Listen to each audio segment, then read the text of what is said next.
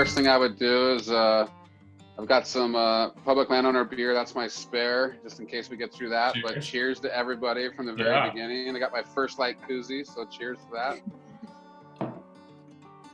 And then I guess I would say thumbs up. Who took a shower today? Some people. And then who's wearing pants? I'm actually wearing pants right now. And then I would say one more cheers. We make cheers often throughout this, but today is Earth Day. It's also anniversary of Aldo Leopold's death, and Sand County Almanac was re-released, the 3rd edition today, about the Aldo Leopold Foundation. So one more cheers to that. Cheers to y'all. Yeah. So I guess one more question. Thumbs up for people that know about backcountry hunters and anglers. Quite a few people. Thumbs up for people that are members of BHA. Rad. Thanks for being members. There's a couple of people that didn't do the thumbs up. So either they decided not to show their awesome thumbs, or they don't know who BHA is. So I'll tell a little bit about BHA. BHA formed around a campfire 2004. All good things happen around a campfire late at night, and they looked at the playing field of all the hunters and anglers organizations that were out there, and nobody was focused on public lands and waters. So the organization was established really around that piece, trying to make sure you have access to public lands and waters and the fish and wildlife habitat when you get there. And we do that all the way from like a local kind of state and provincial level all the way out to Washington, D.C. So this last year, Ohio, there was some old, I believe it was like, there was some energy land that was there that was going to be sold to the highest bidder. They got together, worked with the governor, worked with the state legislature, ended up getting that land put in public hands for perpetuity. And that didn't happen without, a bunch of voices. And then so that's like at a local level, I would say, at a state level, and then all the way out to DC. And the main thing we're working on there is the Land and Water Conservation Fund. Who knows about the Land and Water Conservation Fund? Yes, very educated crowd. For those that don't, it's money that comes off of excise taxes of the Gulf of Mexico on oil and gas development. It goes back to stateside. It's been used in, I think, 99% of the counties. That all goes towards access and conservation. And we're looking at a bill right now that's full and dedicated funding. So that'd be $900 million for the perpetuity, really. And just to let you know kind of where that's come from, the president zeroed that out in his budget earlier this year. Then some senators from my home state of Montana and Colorado, so Montana Senator Daines, Colorado Senator Garner, went to the president and said, hey, we're in a re-election year. This is the most important issue for us, and we want to make sure that this legislation gets passed. They could have gone to him on healthcare. They could have gone to him on immigration. They went to him on the Land and Water Conservation Fund. So what did the president do? He came around right after that. He tweeted out, he said, get me a bill on my desk that fully funds Land and Water Conservation Fund at dedicated funding in perpetuity. That's $900 million. So just think about where that came from, 0 to 900 million. And then this whole thing happened. And so that's a little bit of a difference. And we're not working on that exactly right now. But I will just tell you, that's the politics that we're kind of playing all the way from a state level to a federal level, and trying to make sure you have access to public lands and waters and the fish and wildlife habitat when you get there. So that's like my little preamble. I'm sitting in my office. I set myself up so you can see my bighorn sheep in the back, but I was gonna call that out, Lan. That's a good looking head you got back there. Yeah, well, it's like, perfectly poised, but I will also say, and Dawn has seen this, but I have a, wait, what's this? Anybody know what this is? Is that a terrapin shell? It's definitely a turtle, but it's not a terrapin. Snapping turtle. Picked that up when I was in North Carolina. And so those are probably my most two interesting things. I have some other interesting things in here that we can get into later, but that's like my little intro, I would say. Cheers to all y'all. I know this is like a crazy time, and cheers to First Lite for having this, really. Like Ford and Bridget, like this is a way for us all to connect right now. We're all kind of, whether we like it or not, we're kind of like at home right now. And it's a great way to connect. And, I'm lucky that I have some national forests a couple miles away. Floated the river twice in the last week. with my kids, but a lot of states you can't do that, and I understand that. And so happy that we can get all on the phone today and kind of share some thoughts, and ready for the questions. And I will say no question is too hard. The only one you can't ask me is why I haven't fixed the gap between my teeth. And Don Rank, do not ask that question. My partners in crime will last like about 2 more minutes before everyone loses their mind. And they're the basis of my question. So with the whole fun COVID-19, it's kind of made us look for other things to do as a family. And Backcountry Hunters and Anglers were actually new members. So we were looking forward to going to our first meeting, and then, you know, it got pushed. So this might dovetail into that, but as a young family, with a young growing family with little kids, what are some organizations or groups that we could partner with to try to get the kids out and studying conservation? That's, thanks for becoming a member, by the way. It's awesome. It's awesome that you have the kids with you. I will tell you that my upbringing, I was a part of, you know, not Zoom calls, but I was a part of many conservation meetings, and it happened more by osmosis than by design. And so what you're doing right now is happening by osmosis, and I very much appreciate that. You know, I think at BHA, we're really focusing more of our work on the probably 20 to 40 year olds, you know, that quote unquote onset hunter, you know, it's new to hunting. And so for the kids, you know, we've done some coloring contests, we've done some scavenger hunts, but for other organizations, you know, I think like Ducks Unlimited, their green wing program is absolutely awesome. National Wild Turkey Federation has a great program. The Elk Foundation has a great program. And so where our chapters are working with them, you know, at a state or provincial level, I think that makes sense.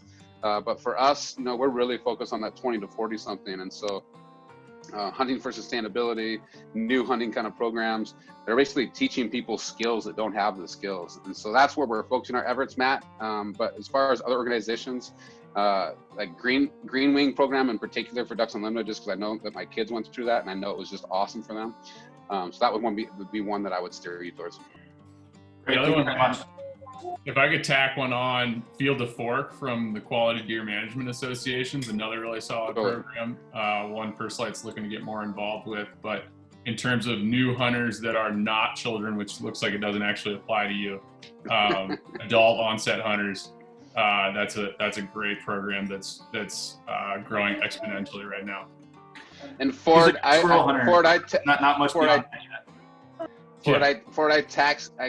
task you with coming up with a new term besides adult onset hunter, because it sounds like a disease. You know, it's a good disease to have, but it sounds like some weird disease, you know. But Matt, I think like that squirrel hunt, I mean, I would tell you with my kids, I just took them out, like they're 9 and almost 12 right now. And I just did everything that I do in the outdoors. I continue to do it with them. And now as they get older, they're more mobile. But my kids your age, I had them on my backpack fishing. Had my daughter and my son out in the duck blind, you know, and they were 4 or 5 years old. So I would just say, like, look at your ability to get them out and just do as what you can, and know that it's not going to be the same thing as you just going out by yourself or with your buddies, right? Like, I think it's going to be way different. You got to realize that. But take them out there and you know, and they'll enjoy it or not, but don't force anything, I would say. Awesome. Thank you guys very much. Yeah, thank you. So my question goes towards, like, take a state like Nebraska that has very, very limited public lands, and if you want to hunt, you probably are going to want to hunt private land, and that might be a challenge too, to secure access, because some of the good hunting spots, hunting leases are pretty expensive somewhere you go in Nebraska. I used to live in Nebraska and my parents still live there. But how does backcountry hunters and anglers view opening hunting and fishing access in, say, like a state like Nebraska that ranks like 48th in terms of public land? Or how do you view growing the public land mass in that state, and especially when you contrast that against the major agriculture presence in, say, a state like Nebraska, Iowa, Kansas, and that comes in clashes a little bit, say, with like the elk restoration that's trying to get some momentum going in Nebraska. So yeah, how does BHA view growing access in states that really don't have it to begin with? Sure. I think it's a great question, and something I guess that I've been answering myself, I would say, Sam, you know, like as we go through this whole thing. And I would say two things, or maybe three things about Nebraska in particular. First of all, the sandhills are absolutely amazing in public land. I've hunted there, and if you haven't, I mean, you've probably hunted there. For those that haven't, it's this landscape that looks like just dunes that are now covered with grass. It reminds me a lot of the Missouri Breaks in Montana. Not quite as dramatic, but if you want to walk a mile that way and you're like, I'm going to go there, you have to go up and down just to even get there. And you can really amble out in the sandhills. So I think there is some public lands in Nebraska that you should pay attention to. We have 45 state chapters in this country. Nebraska is actually one of the last few that is coming on this year. And I went there for a conference earlier this year, the North American Wildlife Conference. This is right before the shutdown, and it was in Omaha. And so our chapter showed up. We did a pint night, and so I got to get the opportunity to really talk to the chapter leaders that were there. And so one of the things that they want to do is they want to hold on to what they have. There was some legislation that was proposed that no net gain of public lands, right? So let's just stay what we're at. We don't want any more. So I think, you know, when you think about, again, like the Land and Water Conservation Fund, which can help add opportunities in Nebraska, that's something they want to make sure that they have that opportunity. And I would say, you know, public access to private land programs are absolutely essential in this country. And I'm sitting in a state in Montana where we have the best one in the country, which is called block management. And it is 8 million acres that are private lands that are enrolled in block management. So public access to private land. There was a provision within the Farm Bill called Open Fields, or what is it, the Voluntary Access Program. It's like BHAs. But that program provides states that don't have access programs seed money to be able to provide that opportunity for public access to private lands, or for states that have existing programs, it adds more money to that program. So that's only, I think it's like the last time I got funded, it was like $50 million a year. So when you think about that spread between 50, you know, states potentially, it's not a lot of money, but it's a start. So it's a place, I think, Sam, for you to think about engaging, and just again, like BHA, like we're right there. Like we're trying to find opportunities for public opportunities. And so whether that's on public land or private land, working through the programs I just talked about, working through land trusts. There's a lot of land trusts in this country that provide access that are pretty awesome. And then, like, you know, some of the new stuff we're doing with the military and all the military installations, there's other public access opportunities. So does that answer your question, Sam? I think like Nebraska is a definitely interesting state, but we're definitely doing a bunch of stuff there. Yeah, the follow-up question to that would be, I think it was last year or the year before last that you can hunt state land in Colorado. But I know last time I looked in Nebraska, you can't hunt school board land, state trust land. Has there been any talk of any of that with other states in the Midwest or other states that have state land that you can't currently hunt? So great question, and thank you for the kind of the softball from the beginning. Colorado, for those that don't know, state lands, hunters have had to lease those state lands back just to be able to hunt them. And so it's a very small fraction of the state lands that they can hunt. And so working with the governor, working with the legislature this last year, got, I think it's another 200,000 acres that you can actually hunt now. And then talking to their state director, we're getting another 200 and then another 200 after that. And so that momentum is working, Sam. And so I think like what we do at BHA a lot is like find something that's working someplace, and they'll go transfer that to other states, right? And so what I would say is, as soon as this Nebraska chapter comes on, which I'm not going to let the cat out of the bag. I think they're going to be, they have a very good chance of becoming a chapter in June when our North American board meets. But once they become a chapter and they're already acting this way, this will be a great one for them to tackle. And I think not just in Nebraska, but in other Midwest states, Iowa, Indiana, Missouri, where we have actual chapters in the Midwest. Cool, thank you. Yeah. I don't want to make this a Nebraska thing, but I'm also from Nebraska, but I think that it's pretty applicable to everywhere. So, you know, during this whole COVID-19 thing, I know a lot of people are losing access to fishing and all that, you know, which is a drag. Here in Nebraska, for the most part, we still have all our access, for the most part. I kind of want to get your feel, though, on, you know, you were here last month. I got to meet you at that pint night, and we had some pretty damn good momentum going with some initiatives. We were getting our voice heard and all that. Are you kind of concerned with us losing any traction or presence? I mean, I know, we can still post, we can still talk to our friends, we can still all do that, but I don't want to we're not going to get a pardon because of this. So do you think that we're going to lose any traction? Are you kind of concerned with any of that? And kind of in the meantime, what can we be doing besides, just being as loud as we can? Brian, it's a great question, and thanks for coming to the pint night, and thanks for being part of kind of like the start of a Nebraska chapter. I think in general, right, like this is a really tough situation, like unprecedented, right? Like in our lifetimes, this is the first time it's ever happened, and hopefully it's the last time it ever happens. But I think these closures, and Montana is not immune to that. I've got a paddlefish tag, but they're still wondering if they're I'm on the upper Missouri breaks. They've already closed down the lower Missouri breaks in Yellowstone. They've closed down bear hunting for out-of-staters, turkey hunting for out-of-staters.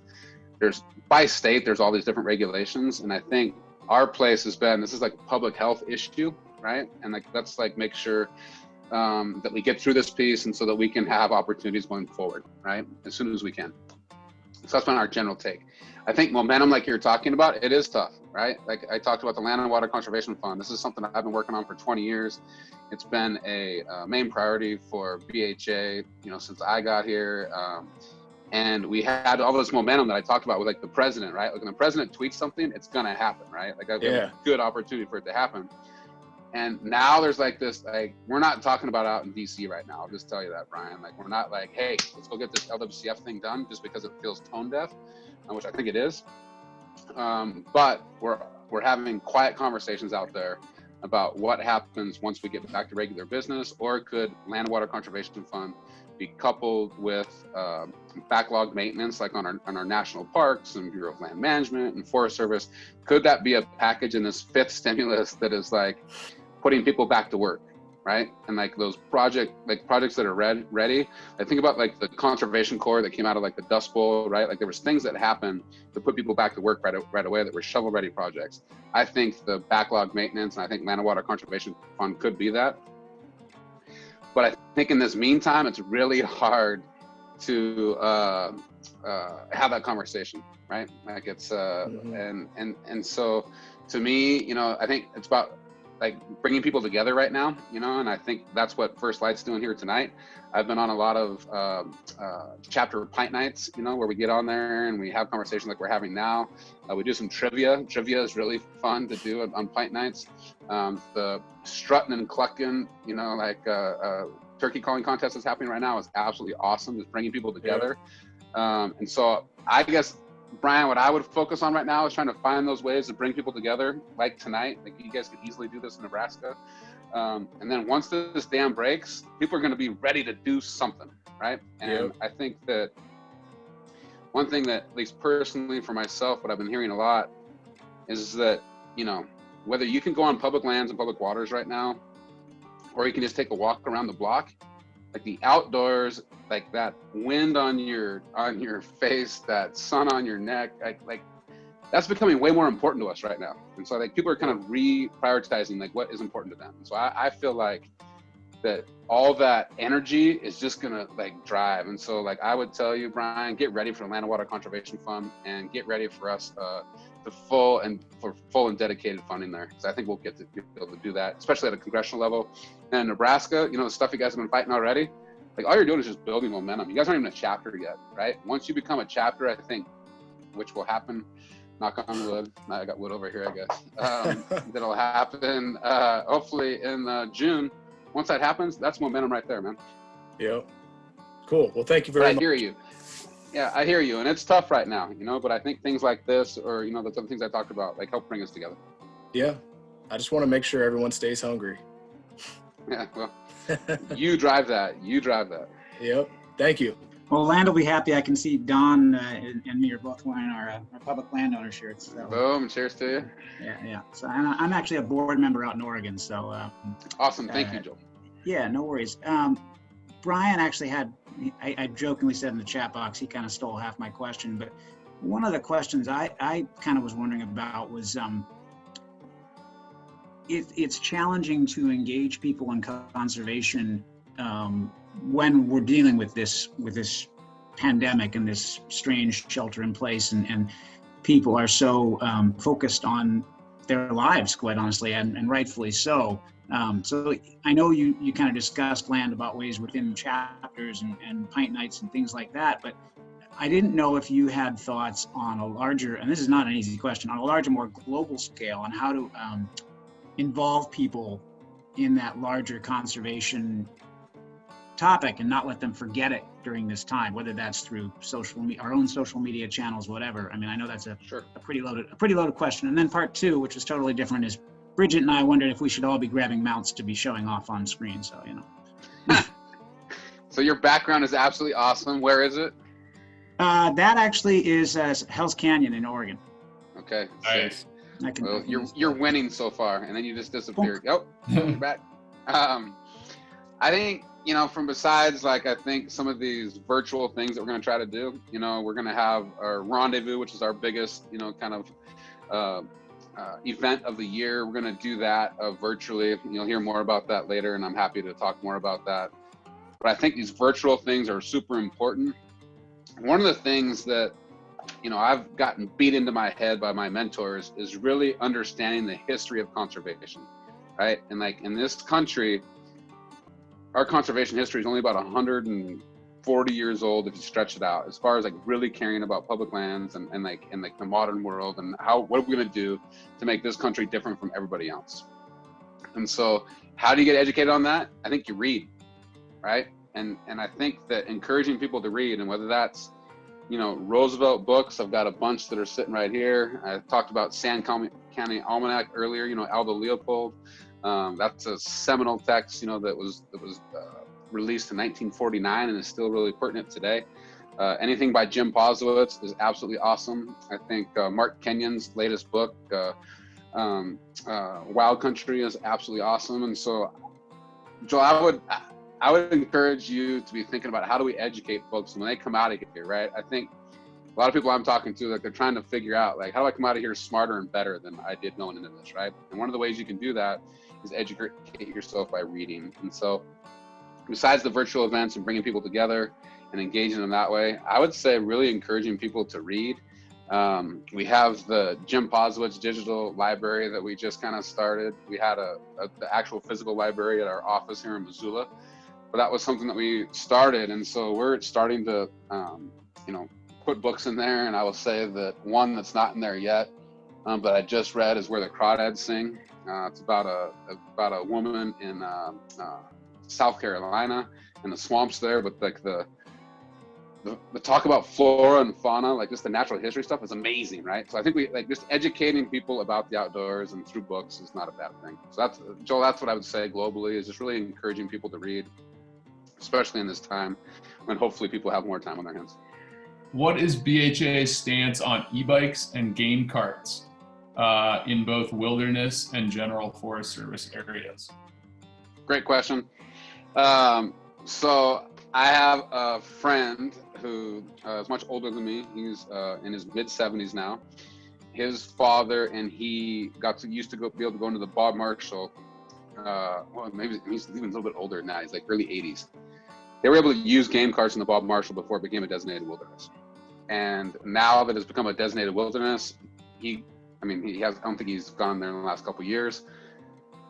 But it's been this change in designation, and he hasn't had a problem with it because it's like these places where you don't have mechanized use. And so in wilderness in particular, game carts, e-bikes, any kind of mechanized use, me personally and BHA are against that piece, just because wilderness is such a small percentage of actual public lands that we have. And these are these places, I mean, I've already talked about the Bob Marshall, but I mean, it's like, if you haven't been there, go there. It's absolutely special. Frank Church in Idaho, like these are places that like are just, you know, the best of the best as far as landscapes. And so let's try to keep them that way. E-bikes in general, after that, we consider them, you know, just like motorbikes. And so we have a lot of members that use them, and a lot of members that, you know, use them where you can use motorized use. They're quieter, they're easier to put in the back of your truck. And they're more fuel efficient, and so a ton of our members use them. But when we start, changing where these things can be, that latest directive that came out from the administration and said basically e-bikes or bikes, like that just gets a bunch of people into places they shouldn't, necessarily be. And I hate the way that sounds, but what happens is the more people you get into those places, the more you're displacing wildlife.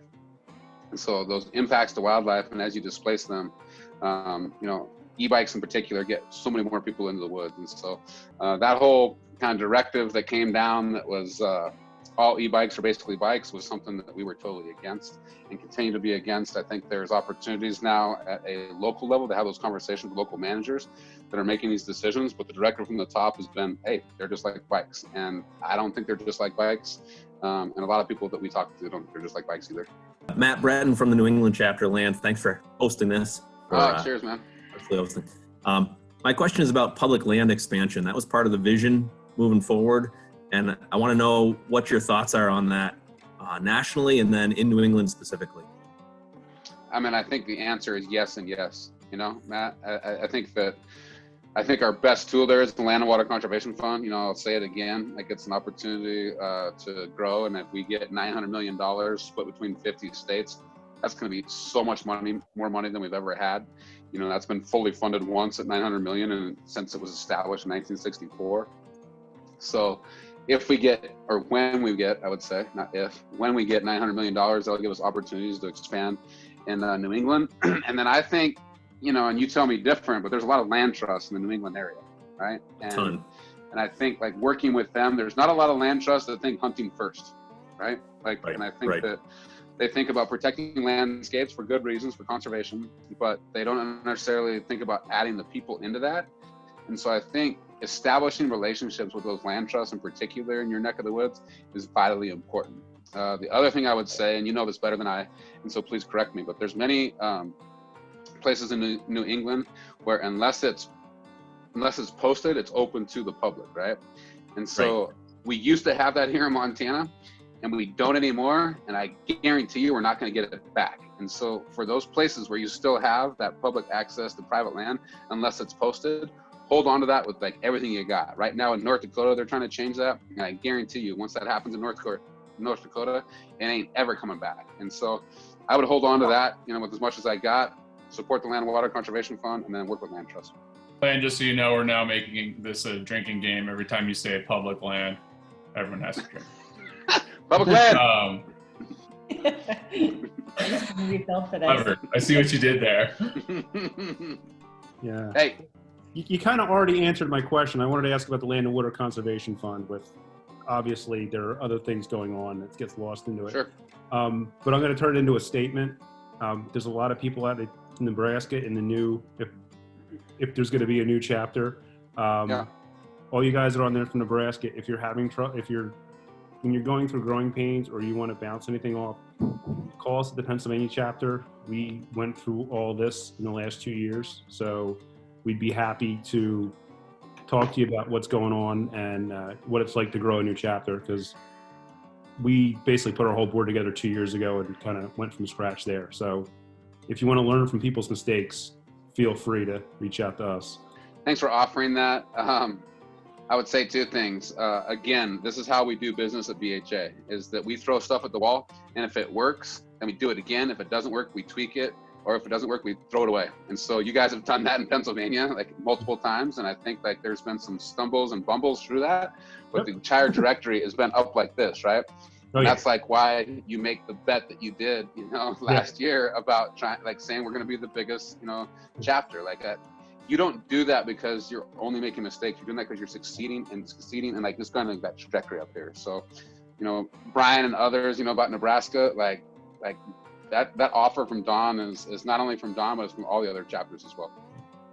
Yeah, I had a lot of conversations with people at Rendezvous last year that were just coming on board and were like either a year or 6 months behind us. And we helped them, and just being at Rendezvous, seeing all the chapters that were there that have been through all the things that we're going through, it was helpful to us to see the older chapters, but it was a lot of help. We were able to be a lot of help to the younger chapters too. So, totally. Yeah. So my question is how do you guys feel about Washington State eliminating hunting and fishing while this COVID-19 is going on? Oh, I like that. That's a good, tasty, controversial one. Yeah, Logan, it's a great question. I love how you have somebody just like is photo bombing you right now, or Zoom bombing you, I guess I would say. Welcome him to the conversation. What's up, buddy? Again, that osmosis thing, thanks for having him around. Do we agree with it? Absolutely not. Like, you know, I think that it's a really troublesome thing, I think, when these closures are happening. That said, I'm not a doctor. Nobody really on staff at BHA is a doctor. We have to, I think, respect this idea of flattening the curve, right? And like, you know, I think there's so many unknowns about this, Logan, that like, and again, like this is unprecedented, that I'm not one to be like, Washington, you're idiots, open it up right now, right? Like if that's what you need to do to flatten the curve, man, we got to kind of listen to it. And I know that's not maybe what you want to hear, but I would rather have this thing play itself out and then we're all back to doing what we're doing versus like, you know, I mean, you hear different things from different doctors, you hear different things from different leaders. And like, to me, you know, it's about, what's the best way to say this? It's about trying to take the most precautions and so we keep ourselves healthy and then we get through this thing as quick as possible. If that makes sense, Logan. So are we against it? Absolutely. But we're also not the experts in health. And so we're trying to listen to the people that make those decisions. Yeah, I can agree with that. I appreciate the feedback. It's a very tough thing to accept, I guess.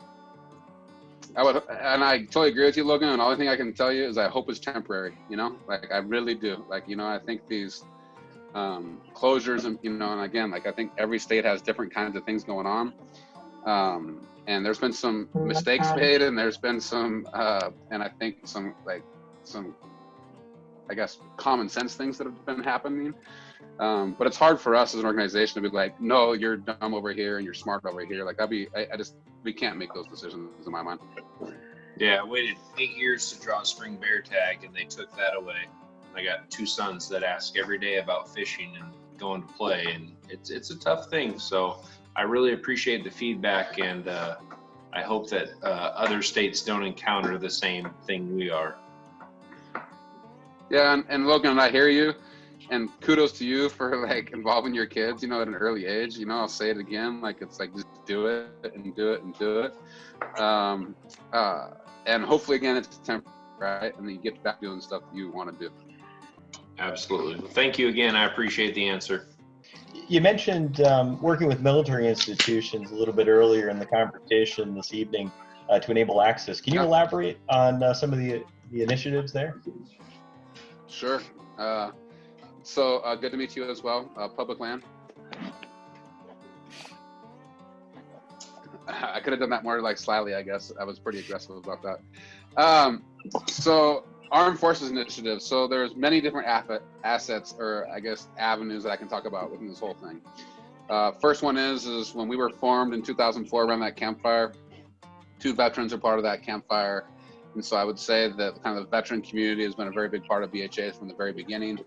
David Lean has been one of our most amazing volunteers, helped start our chapters in Colorado and in Minnesota as a veteran himself. We have Jeff Jones, who's on our North American board right now, who has really helped us craft like this Armed Forces initiative that we're going to go get ourselves into. You know, I spent a lot of time in the country. I think my one that really, where I knew that this was a good idea was when I was in Virginia, in Norfolk, Virginia, I think is how you say it, Norfolk. And we had a pint night, and there was like 100 people there, and 90% of them were military folks, and they were active duty. So as I'm talking to folks there, I'm like, so tell me why you're a member of BHA. And so half of them were like, man, I grew up hunting public land, and like, I just want more public land, that's why I'm in the military. And then like I would say the other half are like, I just started, like I've been in the military, I know how to shoot guns, but I don't know where to go hunting, right? I don't know how to hunt, like I don't know what to do. And so the idea of this Armed Forces Initiative is to build communities like we're doing with our college club program. So initially around probably military installations. And so if I'm, you know, from Montana, I move out to Virginia. I have no idea about the rules. Like, it's about teaching you about what the rules are and like where to go as far as like public lands are in Virginia. And then it's like for these people that they don't have the skills to like, you know, for hunting skills, but they have like the shooting skills, and how do we like kind of do that piece? The third component of this is that there's so much public land that's within military installations, and a lot of people don't know the opportunities that are there. Right now, you have to. It's pretty rigorous. You have to, check your firearm in. They look at serial numbers, and it has to be that exact firearm. But those places are underutilized, I would say. So hundreds of thousands of acres in this country that are underutilized that are public lands. So that whole thing together, and then that's like active military on bases, and then also create this opportunity for the veteran community to kind of come around and continue that like community that they had in the military, but with BHA. And this isn't, I think we'll do some, I guess, like some of these hunts that are, you know, like exposing veterans in particular to the backcountry, and so they can find some solace, right? Dan, I mean, I think that's like a really important piece of this. But that's like, I feel like that's what everybody else is doing right now, right? Like, no matter what program you hear about, it's like taking a veteran out and going fishing or hunting, and like it's a one-off. We're trying to build a community around that piece, and so that's really what we're trying to do. And we just hired, and I guess I can say this, it's not totally public yet, but he's told the folks at Meat Eater. We've hired Morgan Mason, who was working for Meat Eater, to lead our Armed Forces Initiative. He'll start mid-June, and I'm super stoked to talk to him today over text. He's super excited. He interviewed really well. He already had kind of like a program all dialed in that added on to the stuff that we had already put on paper. And so this thing is going to hit the ground running, and I'm super excited about it. It's a little nerve-wracking to start a new program in this whole weird situation that we're in financially, and all the unknowns that are in this country right now. That said, I'm super excited about Morgan. I'm super excited about this program. So that's it in a nutshell. There's other pieces that we've kind of like are working on, but Morgan, when he really gets on board on June 15th, we'll put the meat on the bones that we already have. This kind of ties in with what BHA does with lobbying, communicating to our representatives and senators across the nation. You as a BHA employee, director, I mean, what's your kind of template to talking with a congressman? Like, kind of give two examples. One, either kind of the atmosphere of the situation being thanking the congressman, putting an idea in his head, kind of maybe a congressman that would be in favor of what BHA does. Then also give an example of you're trying to convince a congressman that has an opposing view from you and trying to communicate the importance of why he should change his mind. I've had a couple run-ins with this in Nebraska with state senators, and I just wanted to hear your tips and tricks and kind of what you do with when you communicate to our representatives and senators. Sam, thanks for the question. And I don't think I have like the corner on this market, right? I think it's up to everybody to kind of figure out how they navigate this stuff. But the first thing I would say is they're people, you know, and try to find a way to identify with them. And whether that's like staff or an actual elected official, is trying to find that common ground, you know? And I think the outdoors is that common ground in a lot of ways. And so instead of going in, you know, whatever issue it is, Sam, and like being like, this is the issue that I need to talk about today. Like, I would go in there and play the long game, right? And try to figure out, like, what are the things that you can connect on with that person, right? Now, I started, you know, tonight a little bit about BHA and like a campfire. If somebody has not been around a campfire, then we probably can't convince them of anything, right? But if you can start in that place, like, hey, have you been around a campfire? How'd that feel? You know, like looking at the stars, like feeling the way that cool air felt. Like, finding a place like where you can identify with them, I think is the most important thing, Sam. And like building relationships. So whether you get what you want, like very rarely are you going to go talk to a staffer or an elected official and you're going to get exactly what you came to do, right? Like, especially if they're on that kind of middle or on the opposite side, you're not going to get that. What you're trying to do is establish a relationship and then establish trust, right? And so once you're done with that meeting, that follow-up is, I think, one of the most important things right there, right? And so thanks for the meeting, those kind of things. Second thing I would say is that that be respectful, Sam. Like there's a lot of folks that like to go punch people in the mouth, and not that I'm opposed to doing that once in a while, but when you lead with that, they turn off right away, right? And so you really gotta try to tell your side of the story, but in a very respectful way. And so I think that's a very important piece. The last piece is a little bit of that punch in the mouth, right? And so you mentioned thanking, right? I don't think we thank people enough when they do the right thing. I got my lab sitting here right now. She has learned way much more from me congratulating her and petting her and telling her good job versus me smacking her once in a while. And I hate to say it, I've smacked her once in a while. Those times that I've smacked her is because she has stepped over the line and I'm teaching her a lesson. I think I treat politicians the same way, if that makes sense. And I think BHA does as well.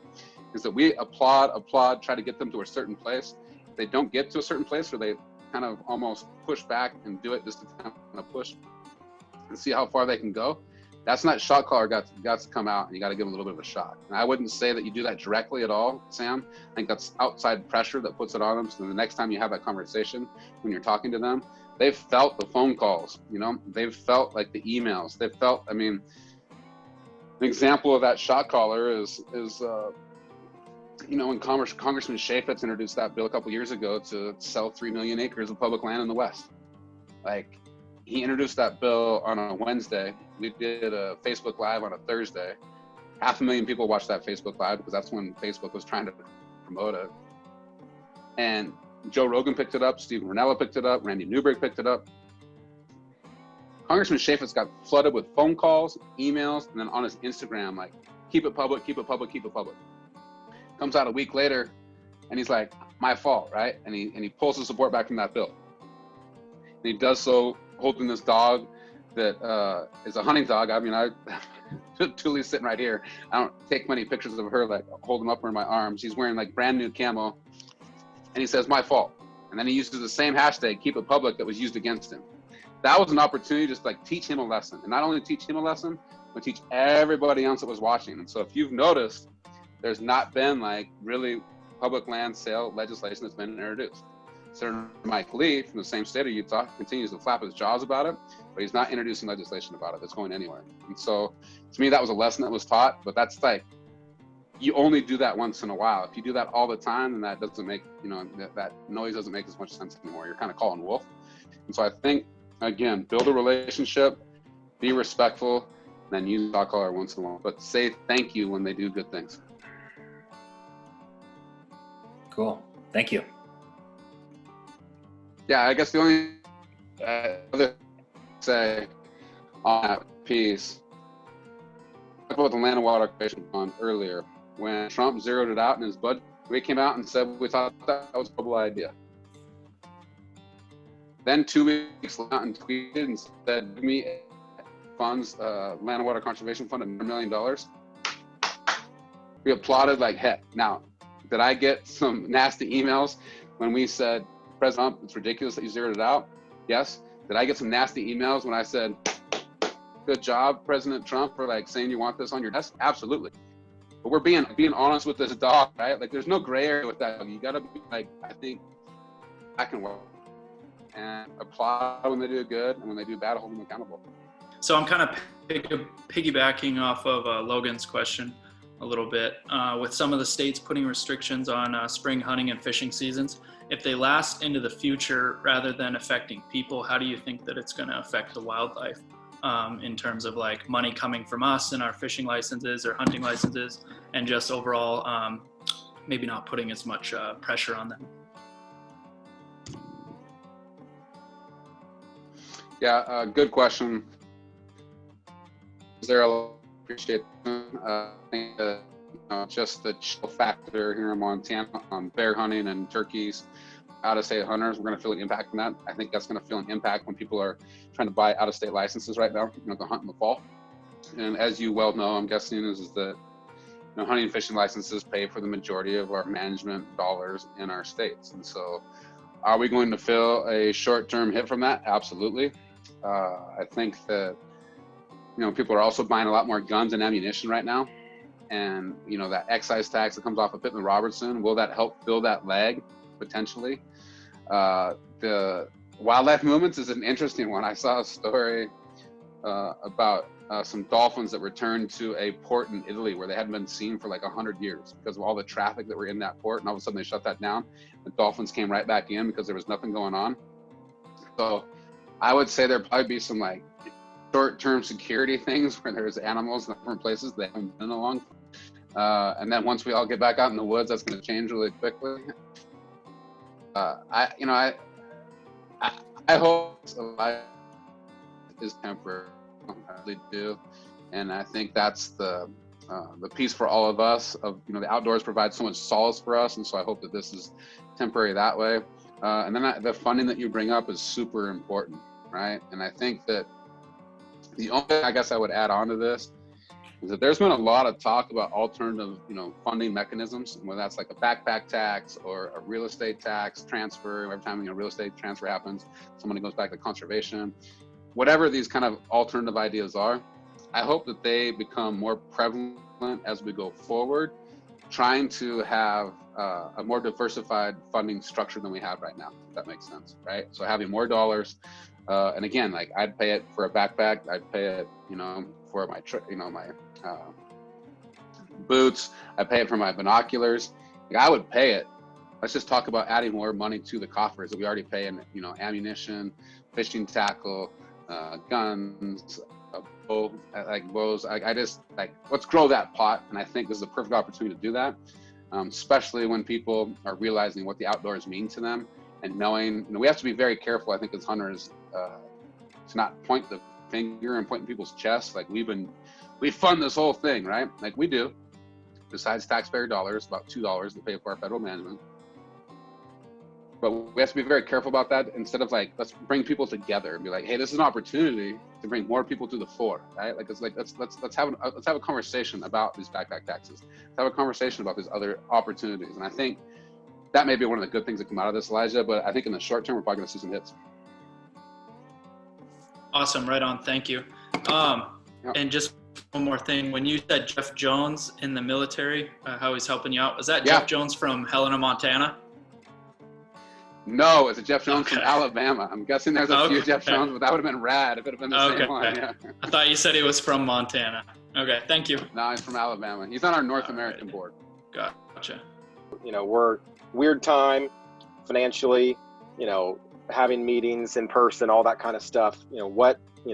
Most of us are members on here. Hopefully everybody will be by the end of the night. Sure. What do you want us to do? If you had an ask or two for us, what would it be? It's a great question, Nathan. I think that I guess I've seen. I'm not gonna lie. This is a pretty. When we cancel 60, 70 events, we cancel our main event of the year. And Rendezvous, not cancel it, but reevaluated what that looks like. It's gonna be a hit. And I've had a hard time for us going out and just asking for money right now. And I think it's goes to get on deaf ears a little bit, it's tone deaf. And so for us, it's about providing value, I think, right now, Nathan. And so providing these opportunities to bring people together like we're doing tonight. The turkey competition was awesome. I think, these virtual pint nights that are happening and trivia nights and stuff is awesome. I think that providing value, right? And so as we go into a virtual rendezvous, we're going to provide a ton of value there, and we're going to, hopefully make a little bit of money there. But I think, you and I have been together at Rendezvous multiple times, and we know the energy that is. You cannot replicate that with a virtual rendezvous. You just can't do it. But what we can do is try to do something that has never been done before. And really with this rendezvous that I think is coming up is I think we're going to do that. And hopefully we'll make a little bit of money on that, right? But I think what I would say, Nathan, is there'd be two things. I think it goes back to that policy issue earlier. Let's hold on a little bit, maybe educate ourselves a little bit. But once that dam breaks, let's go get it. And let's demand this stuff again. It's vitally important. And then on the money raising side, let's look at Rendezvous in particular as this place to let's go, that energy and hopefully you can feel it from me. I'm getting excited about it. I really am. It's like a new platform, and we're learning things that we probably should have done a couple years ago. We're going to learn some things, but I think like you and other chapter leaders driving that energy about Rendezvous, and like, it's not going to be what Rendezvous usually is. Let's go do this thing. And I think providing that energy for that piece, and then the policy piece that will come eventually, we just got to wait a little bit. I think once we hit that thing and the dam breaks, those are the two things I would say.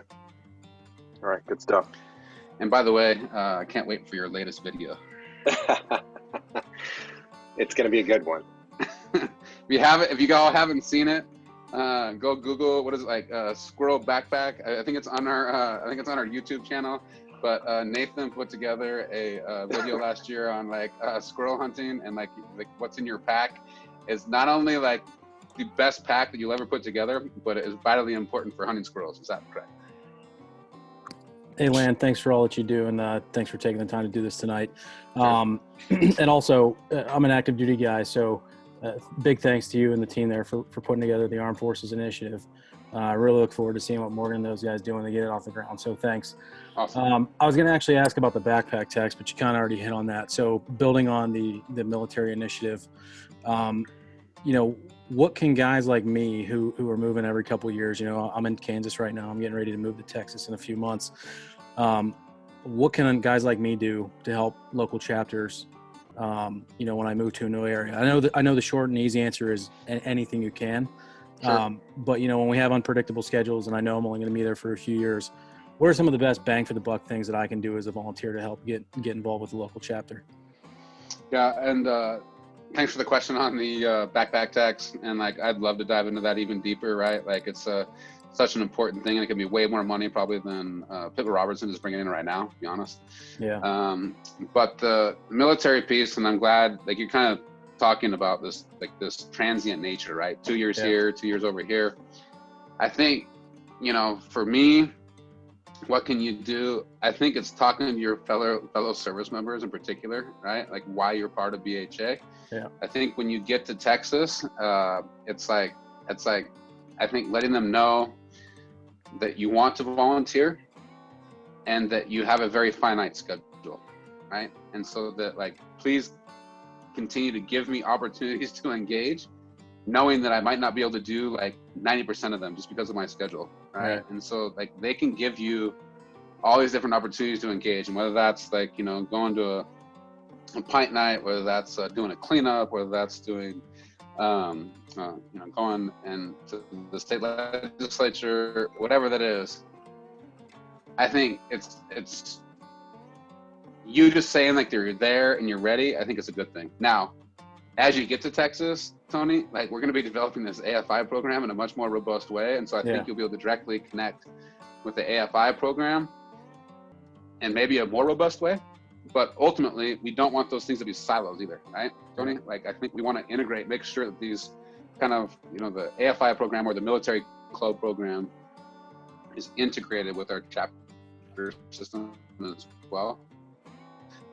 And so that becomes seamless. And I think the leadership, there are military in general within our chapters or service, like all those kind of things that come together, I think are vitally important to engage in. So that's kind of a way of me not telling you directly necessarily exactly what I think you do, but I think that like talking within your own ranks is absolutely important. And then once you get to the chapters, letting them know that like this is my time that I got, and like keep hitting me with stuff, and I'll say yes when I can. Yeah, I appreciate it. I think you guys are gonna have some pretty good success with that. I mean, as you already said, there's a lot of military guys that hunt, and one of the biggest anxieties, in addition to all the personal stuff when you're moving your family every couple of years, is where do I find a place to hunt and fish, and having guys on the ground is going to be awesome. So appreciate it. Totally. I think that local knowledge, right? Yeah. Again, like as a kid that grew up in Montana and I get based in Texas or down south or over back east, like I would be a fish out of water, and I'd be the transition that you're talking about. You got to deal with that. But if I could fast forward my hunting and fishing, that would make my life like way better, So that's what we're trying to do. For sure.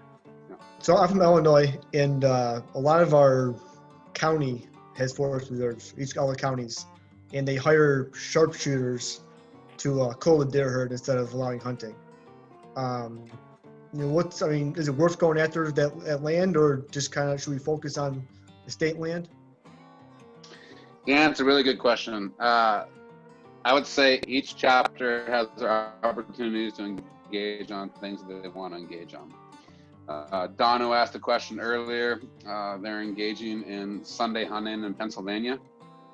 And if you don't know, they haven't been able to hunt on Sundays for a long time. They worked in the state legislature to get, I think it was 2 weekends, Don, is that 2 or 3? 2 weekends? He's on mute. But like 3, it was 3 weekends, thank you. It was 3 weekends that they worked to get Sundays. So that was 3 more days. So that was like, that's part of our access and opportunity bucket, I would say. The sharpshooters versus like regular hunters is definitely a question. I would say, and I'll just tell you exactly what I think, is that I would rather work on bigger things than little things. And I'm not going to say that like the sharpshooter thing is a little thing, but not knowing Illinois as probably as well as you do. We have an Illinois chapter, and they would know this way better than I do. But I would almost focus my efforts on bigger things that would add more opportunity than those things, if that makes sense, Dan. And not that they're not important. I'm not saying they're not. Like, I think that, anytime you're hiring somebody to do a job that hunters could do for free is like a kind of a weird thing. But I would less get involved in those kind of like smaller pieces and try to figure out bigger pieces in Illinois that I hopefully have those opportunities to be able to do. Okay, cool. Thanks. One quick one too. The little off the Elijah, you said what dolphins are going into areas in the new ports that they haven't been in a while. Do you think there's gonna be an uptick in animal interaction if we're out of the field for a while? I don't know if I totally get the question. Like animal interaction if we're out in the... Or not interaction, but like confrontations with animals. Do you think that's there's gonna be a short-term spike if we're out of the woods for... I think at least, I'm just gonna tell you like what I know and out my back door. I'm seeing more people on trails than I've ever seen in my life. And it's because like people are like, I can't do anything else. I can't go to the gym, right? Like I got to go outside. I got to go get some exercise. And so they're going on, and so I think that's actually probably increasing. And is there, some wildlife conflicts that are happening because of that? I would say absolutely yes. I think that's short term. I think that once this thing breaks, we'll go back to the new normal, whatever that is, but it'll be fairly close to what we had before. Okay, cool. Yeah. Thank you. So my big question is what's the best way to reach out to non-hunters, non-fishermen, families that you think would do great in the sport, learning about the different way of life? What's your guys' kind of angle on trying to get people more involved? I live in an area where for lack of better words, people are a little bit more closed-minded. It would be great to see more kids involved in hunting and fishing. What's your guys' kind of stance on that? Sure. And it's a great question. First thing I would say is that, and I haven't said this tonight, which is, it's part of what I say a lot, is that, you and I, everybody that hunts and fishes, everybody that rides bikes, everybody that, kayaks, everybody that picks mushrooms, we are all public landowners, right? We own 640 million acres of public land. And so starting with that like common thread to somebody that doesn't hunt or fish, is like, hey, we're in this thing together, right? I think that shared thing on public lands, cheers. Okay. That shared thing on public lands, I think, is a big one. And again, I think not like coming at that as a, this is a common ground for us. And we may disagree a little bit on how that land is managed at the very finite level, but ultimately at a very grand scale, we care about conservation, we care about wildlife populations, we care about future generations. I think those 3 things are that's like apple pie and baseball in America, right? It's hard to be against those things. 100%, yeah. So finding those first, and then, I think this venison diplomacy, or, just kind of, the mind is controlled by the stomach, at least mine is, especially during this COVID thing, I'm growing as we speak. Agreed. But, me too. Dude, COVID-19 is a different thing for me. I think that food aspect, man, like, is such an important piece, and such an important piece. And like, majority of people that don't understand hunting, but eat meat, have never eaten wild game, right? And so like, cooking that right for them, I think, is really important. The other people have had wild game and somebody overcooked it, and they're like, it's gamey, it's tough, and it's like, yeah, because it wasn't cooked right, you know. And I think that opportunity to cook things for people, bring them into your home, have a conversation, is vitally important. So I would say those two things: find common ground around public land and public waters, and then I would say find some common ground around food. And if they don't like that piece, I think there's the clean air and clean water aspect that public lands and public waters provide. And clean air and clean water, I don't care if you live in New York City, Philadelphia, Pennsylvania, or Missoula, Montana, or a much smaller place. Like, clean air and clean water is vitally important to you. And if they can't agree on that, for all of us. Yeah, right. And so I think that if they can't agree on one of those pieces, then like, they're probably not convertible, right? But like, public land open to everybody, food, which is pretty rad, and clean air and clean water, like, those are pretty universal. And if you can't have a conversation around that, then you should probably move on. Absolutely. Well, I really appreciate you guys taking the time to answer everyone's questions, and cheers to everybody who believes in these great things that we've been taught across our lives, and thank you so much. Public lands. Yeah, I'd say two things. So if you're not a member of BHA, shame on you. It's only $35 a year. You can belong to many other organizations, and I would encourage you to do that. BHA, it's $35 a year. And so email me tonight at Tawney, Tawney, at backcountryhunters.org. If you're not a member, we'll make you a member tomorrow. And I'm very serious about that piece. That's how we grow this thing, is conversations like we have tonight. It's not, you know, here's a knife or here's a t-shirt. We do a little bit of that, but it's more about conversations like this. So if you're not a member, please email me. And if you are a member, Tawney at backcountryhunters.org, and ask any question you want. And I'm an open book. Again, besides, I haven't fixed this yet.